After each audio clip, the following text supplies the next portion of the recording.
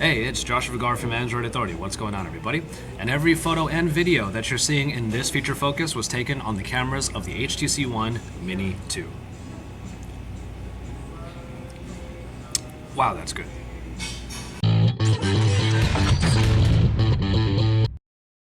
The selfie game is strong in this particular camera shootout with the HTC One Mini 2. As you can see here, I'm just smiling for the camera, the 5 megapixel front-facing camera. But let's move on to the rear-facing camera now.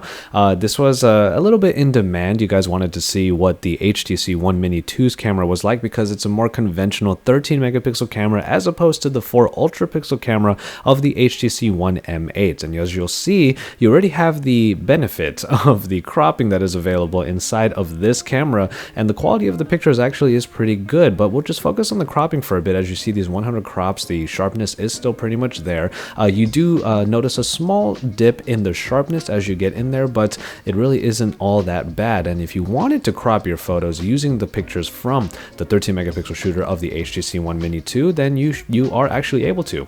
Here's a macro shot that I took with using the macro mode in the camera, and then we go right in and you can actually see quite a bit of detail on the very inside of this flower. So it was a sunny day out in Carlsbad, California. Really hot out, but it provided a lot of great opportunities to show the broad daylight performance of this camera.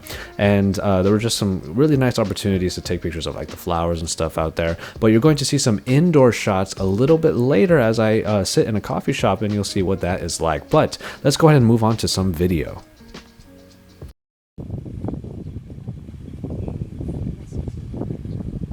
If you want big empty lots, we can go to one real quick.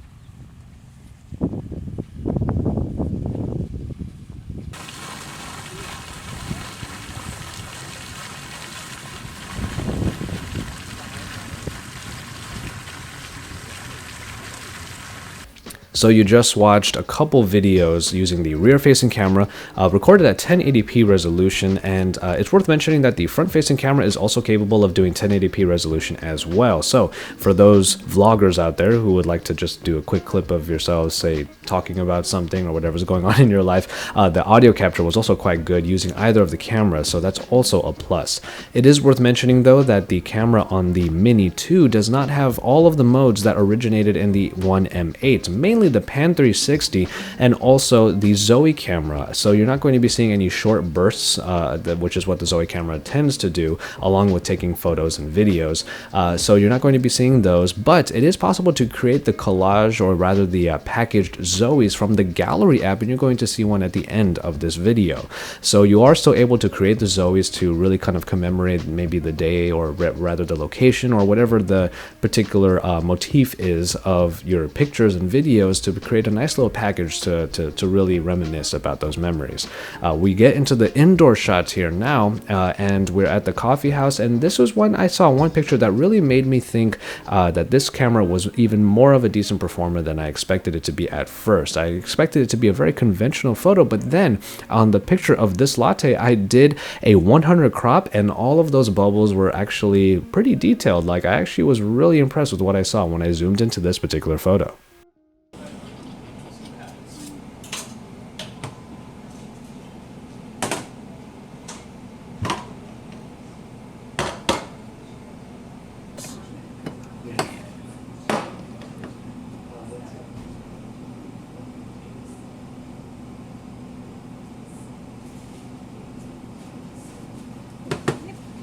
The one mode that is available in the One Mini 2 is the Sweep Panorama, and I'll go ahead and sweep through this entire thing right now. Essentially, you'll see that it is stitched together really well, but there is one caveat, and you'll see it in the sky above right there, where the exposure seems to change, or even the color seems to change a little bit between the stitchings. It's not that big of a deal, but you do notice it.